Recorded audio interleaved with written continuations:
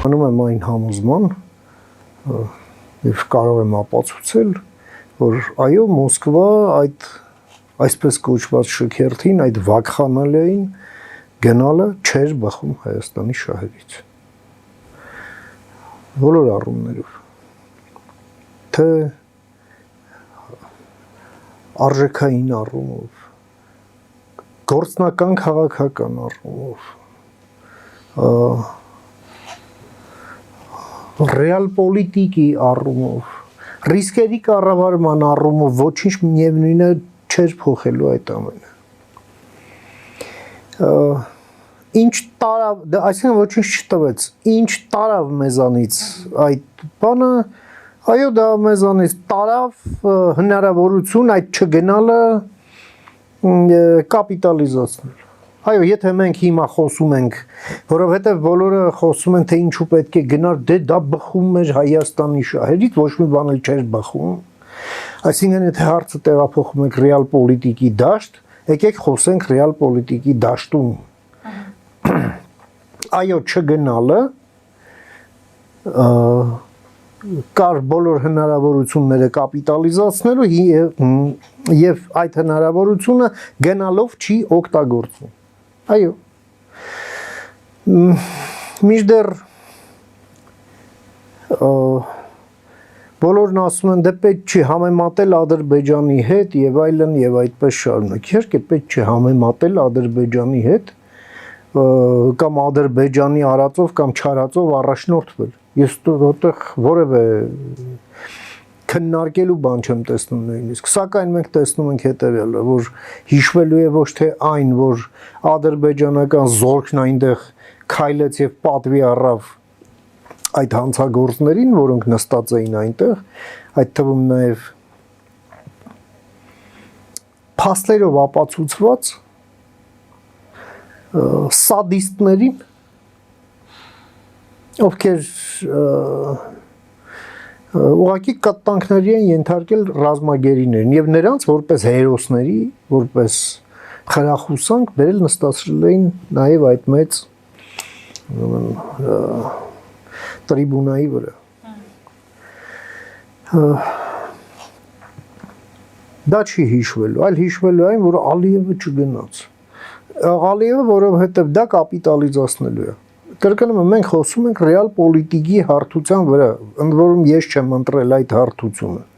այլ բոլոր նրանք, ովքեր հիմա էլ փորձում են ապացուցել, թե Նիկոլ Փաշինյանի Մոսկվա գնալը շատ ճիշտ էր, մի հմուտ քայլ էր, դա բխում էր Հայաստանի Հանրապետության շահերից, եւ կառավարությունն է որոշում գնալ թե չգնալ, կամ ուր գնալ, ուր չգնալ, այո, հասկացանք։ Կառավարությունն այո որոշում, բայց ընդունած որոշումը սխալ էր, ոչ թե ճիշտ, հա, ինչպես մեզ փորձում են ապացուցել։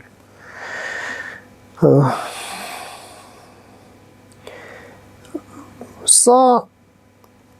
կվնասի մեր հարաբերություններին Արևմուտքի հետ, չի վնասի, բայց նստվածքը կմնա։ Հաշվի կամենա։ Ոչ թե գործնականում հաշվի, վերաբերմունքի մեջ այո փոփոխություն կլինի կոնկրետ Նիկոլ Փաշինյանի նկատմամբ։ Մանավանդ հիմա, երբ մենք տեսնում ենք, որ ինչ էպոպեյա է տեղի ունենում Ուկրաինայի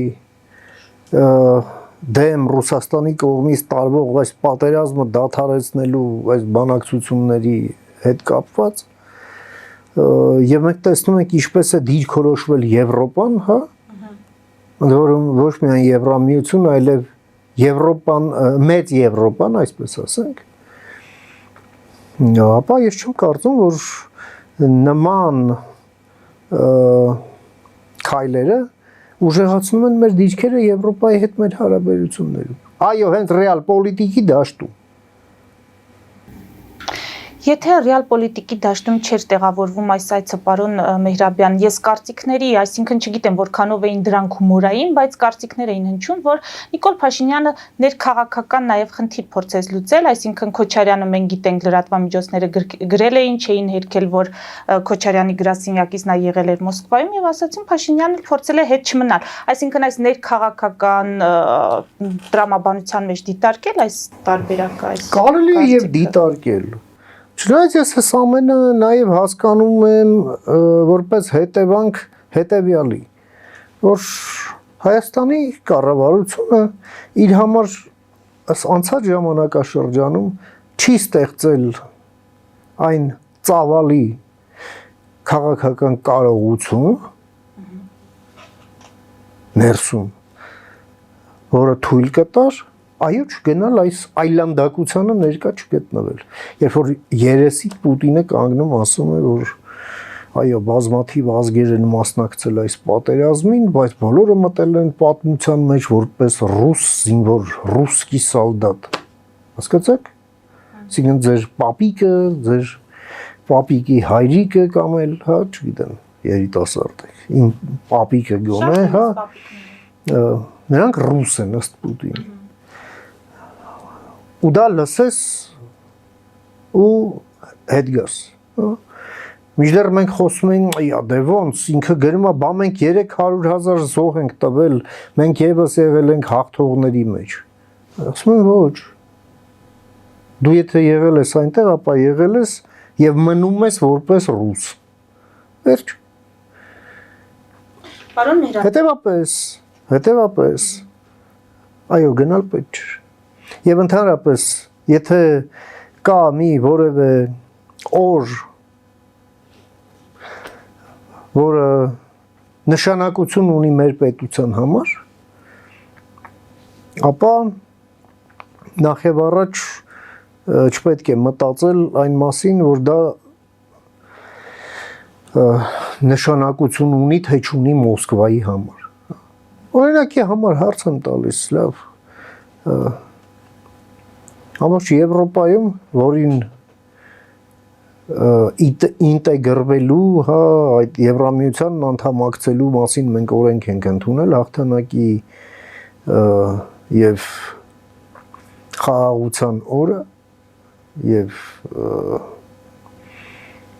հաշտեցման օրը Եվրոպան նշում էր ամսի 8-ին։ Բազմաթիվ տեղեր, բազմաթիվ բաներ տեղի ունեցան։ Ով էր մասնակցում Հայաստանից։ Ես չգիտեմ։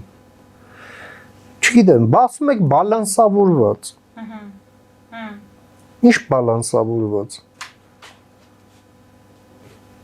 Պարոն Մեհրաբյան, այդ հաղթանակը։ Մեկ երկրորդն էլ մի այսպիսի ասպեկտ էլ, երբ մայիսի 9-ին Հայաստանի ղեկավարը գտնվում է Մոսկվայում, իսկ Երևանում հաղթանակի այգին ուղղակի տրված է Կոպիրկինի վակխանալիային։ Եվ այնպիսի տպավորություն էր, ոնց որ Հայաստանի ղեկավարներն այդ հաղթանակ զբոսայգի որպես հյուր են գնում։ Չհասկացա։ Այսինքն Կոպիրկինն այնքան կա, որ Երևանում կարողանում է ազատության պողոտա փակի։ Լուրջ եք ասում։ Ու սա համարում եք նորմալ, ասում եք հիբրիդային պատերազմ։ Ոնց է լինում հիբրիդային պատերազմ։ Ահա այսպես մասսովկեք սարքելով, ցույց տալով, որ դուք ոչ մի բան եք իրենց տրամաբանության մեջ, այո, որ իրենք իրենցից բան են ներկայացնում։ Բայց այլանդակ Վակխանալյան, որը կազմակերպվել էր Գյումրիում, այսպես կոչված քաղաքապետի եւ ռազմաբազայի համատեղ ջանքերով։ Բա եթե այլանդակություններով պետությունը չպետք է զբաղվի, բա ով պետք է զբաղվի։ Եվ մի sense բան էլ կա, սա լուրջ խնդրեմ է, որը կասկած ունեմ, որ պետությունն այդքան էլ մինչև վերջ չի գիտակցում։ Որովհետև այս հիբրիդային պատերազմի նպատակներից մեկն էլ նաև այն է, որ հասարակության մոտ ձևավորվի այսպես անտերության զգացում, անպաշտպանության զգացում, սերմանվի անլուրջ վերաբերմունք սեփական պետության եւ ղեկավարության նկատմամբ։ Հիմա հաջողվում են թե չէ դրան։ Այո, եւ պետությունն էլ ցույց է տալիս, որ այո, ֆիքսում է, որ հիբրիդային պատերազմ է, բայց իրենք ավելի շատ հակված են գոյակցել այդ հիբրիդային պատերազմը հրահրողների, վարողների, մասնակիցների հետ գոյակցեն։ Դա միջին վիճակագրական քաղաքացիներն ասում են նշանակում է, եթե իրանք իրար մեջ լեզու են գտնելու, ինձ էլ մնում է անել նույն բանը։ Եվ դուք կստանաք հերթական Վարդանիկ, բայց համապետական։ Բայց հենց դա էլ ուզում է Ռուսաստանը։ Ոնց որ այստեղ մենք լուրջ շանսի հետ գործ ունենք եւ այդ կամահարական վերաբերմունքը կարող է շատ թանկ արժանալ ոչ թե իշխանության, այլ մեր բոլորիս համար, մեր պետության համար։ Պարոն Մեհրաբյան, այդ հաղթանակի օրվա ուղերձում Նիկոլ Փաշինյանն ասում է՝ ի հեճուկս ներքին եւ արտաքին սադրանքների Ադրբեջանի եւ Հայաստանի միջև լինելու է խաղաղություն, չի լինելու պատերազմ։ Մի կարևոր բան էլ ֆիքսենք, որ այդ ուղերձում առաջին անգամ էր, որ Հայաստանի Հանրապետության ղեկավարը մեծ հայրենական պատերազմ բառակապակցությունը չի օգտագործում, ինչ ես կարծում, շատ լուրջ փոփոխություն է, որը տեղի է ունենում եւ շատ դրական այդ իմաստով։ Բացի դրանից, այո, մեր, այսպես ասենք, պատմագիտության մեջ լրջագույն ռևիզիայի անհրաժեշտություն կա։ Այս ռուսական աղբը, որը լցված է մեր պատմագիտության մեջ, պետք է դուրս բերվի։ Հիմա իմ հարցը այն մասին է, պարոն Մեհրաբյան, որ վարչապետի վստահ պնդումը ինչով պայմանավորել։ Արդյոք այդ ադրբեջանական կողմից եկող պահանջների բավարարման պատրաստակամությամբ, թե այնուամենայնիվ այս ընթացքում Հայաստանը ունի անհրաժեշտ ռազմական, դիվանագիտական, քաղաքական, գործընկերային կուտակած ռեսուրսներ, որոնց շնորհիվ կարող է թույլ չտալ պատերազմի սկսում։ Տեսեք, այս հարցը այո կամ ոչ միանշանակ պատասխաններ չունի։ Ի վերջո վարչապետը ոչ թե որպես քաղաքական վերլուծաբան է ասել նման բան, այլ նա արել է քաղաքական հայտարարություն, այն էլ այս օրվա համատեքստում, հա։ Սա քաղաքական հայտարարություն է, որը ֆիքսում է նախ Հայաստանի Հանրապետության դիրքորոշումը, որին շատ դժվար է լինելու որևէ ձևով առարկել։ Բացի դրանից Ադրբեջանի կողմից պատերազմի վերսկսելը մենք խոսել ենք ձեզ հետ եւս ունի եւ ունենալու է քաղաքական գին, որը ներկայումս այո շատ բարձր է եւ Ադրբեջանը փաստ չէ, որ պատրաստ է այն վճարել։ Հետևաբար այո վարչապետի այս հայտարարությունը միտված է նրան, որպեսզի եւս մեկ անգամ մատնացույց արվի հակառակ զարգացումների քաղաքական գնին։ Եվ այո, սա նաեւ ընթերցվում է միջազգային մեր գործընկերների կողմից, ապագա դաշնակիցների կողմից, բոլոր այն երկրների կողմից, ովքեր իրապես շահագրգռված են, որ պատերազմ չլինի, այլևս մեր տարածաշրջանում եւ դրա հետ ինչ-ինչ հաշվարկներ են կառուցում։ Այո, այդ ամենը նաեւ ուղղված է հենց ներդաշնակեցմանը այդ դիրքորոշումների հետ, Հայաստանի Հանրապետության դիրքորոշումը։ Ես ուղղակի ուզում եմ Հիմա ձեզ ուզում եք դրա ոնց որ բառացի, հա, որպես հարցադրում, պատերազմի վերջո լինելու է թե ոչ, չէ՞։ Չէ։ Ինձ հետաքրքիր է ամեն դեպքում դիրքորոշման տակ, այսինքն դիրքորոշումը որքանով է ամուր գործնական իմաստով այդ ռեսուրսների։ Ամրություն ունի, բայց հիմա այդ քաղաքական հայտարարությունն այո ունի ամրություն, բնականաբար ունի եւ այդ ամրությունը գնալով մեծանում եւ մեծանալու է, բայց եկեք նաեւ ֆիքսենք, որպեսզի այո մենք գետնի վրա պատերազմ չունենանք, պետք են հավելյալ ջանքեր, որոնք դե պետք է գործադրվեն։ Դա կապված է թե մեր բանակային ռեֆորմի հետ, դա կապված է մեր կողմից Ռուսաստանի ներկայության նվազեցման հետ, դա կապված է մեր պոտենցիալ դաշնակիցների հետ կապերի սերտացման հետ եւ այլ մի քանի այլ գործոններով է պայմանավորված։ Դե սա պայքար է վերջ։ Այսպես ասենք, այո, ամրությունը կա, այն 100%-անոց չէ, դրա մասին այո բոլորս էլ գիտենք, որ դա ասելով չի, դա աշխատանքով է արվելու, բայց այն որ մեր շահերից է բխում, որ պատերազմ չլինի եւ որ մենք անում ենք եւ պարտավոր ենք անելու այն ամենը, ինչը մեզանից կախված է, որպեսզի այդ պատերազմը չլինի, կարծում եմ այստեղ ոնց որ ասում են քննարկելու բան չկա։ Հիմա պարոն Միրաբյան, այդ նախկին ներկա առճակատումները սրացել են, մենք տեսնում ենք խորհրդարանում ինչ միջադեպեր են արձանագրվում, դուք էլ հիշատակեցիք, թե ինչպես է իշխանության ներկայացուցիչները ռուսական շպիոներ գալիս եւ կոնկրետ մարդկանց ռուսական գործակալ նշանակում, բայց դրան կարծես թե լուրջ իրավական գործընթացներ չեն հետևում, բայց Ալեն Սիմոնյանի կոնկրետ հայտարարությունից հետո մենք տեսնում ենք, որ ապօրինի ծագում ունեցող գույքի բռնագանձման մասով Ռոբերտ Քոչարյանի եւ նրա ընտանիքի նկատմամբ հայց է ներկայացում։ Սա համարել այդ հայտարարության հետևանք։ Ըստ այդմ նաև ըստ քաղաքական նպատակահարմարության սկսված գործընթաց։ Դե չէ, ոչ միայն թե ոչ դա։